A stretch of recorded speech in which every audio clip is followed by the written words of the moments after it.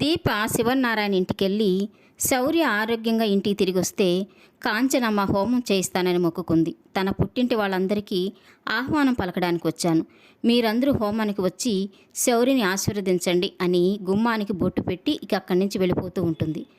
తన వెనకనే పరిగెత్తుకుంటూ వెళ్ళిన జోష్న దీపను ఆగమని అరుస్తూ ఉంటుంది.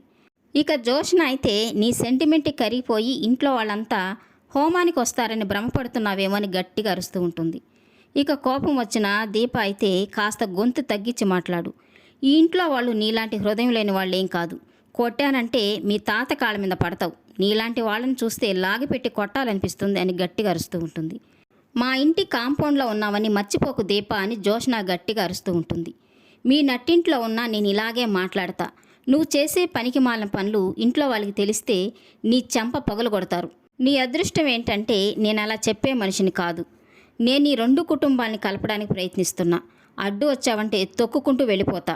కార్తీక్ బాబు నాకు దేవుడు లాంటివాడు, సుమిత్రమ్మ గారు నాకు అమ్మ లాంటిది, తాతయ్య గారు గట్టిగా అరుస్తారనే కానీ ఆయన మనసు చాలా సున్నితం, నువ్వు మీ గ్రాని ఆయనకుండే ప్రశాంతతని దూరం చేస్తున్నారు అని గట్టిగా అరుస్తూ చెప్తూ ఉంటుంది. జోష్న అయితే నీ కూతురు ఆపరేషన్కి డబ్బులు ఎక్కడి నుంచి తెచ్చావని బావని అడిగితే నాకు చెప్పలేదు, నువ్వైనా చెప్పు, అంత డబ్బులు ఎక్కడి నుంచి తెచ్చారు అప్పటికప్పుడు అని అడుగుతూ ఉంటుంది. చెప్తే ఏం చేస్తావు అని దీప అడుగుతూ ఉంటే వాళ్ళకి సన్మానం చేస్తాను అని అంటూ ఉంటుంది. అయితే సన్మానానికి రెడీ చేసుకో, డబ్బులు ఇచ్చింది కార్తీక్ బాబు, కావాలంటే క్యాటరింగ్ మేమే చేస్తాం, కార్తీక్ టిఫిన్ సెంటర్ 24 గంటలు అందుబాటులో ఉంటుంది, డబ్బులు తక్కువ టేస్ట్ ఎక్కువ అని దీప చెప్తూ ఉంటే నన్ను రెచ్చగొట్టదు దీప అని జోష్న గట్టిగా అరుస్తూ ఉంటుంది. దీప అయితే యుద్ధం నువ్వే మొదలుపెట్టావు, ఆపకపోతే నువ్వే నిరాశ పడతావని వార్నింగ్ ఇస్తూ ఉంటుంది.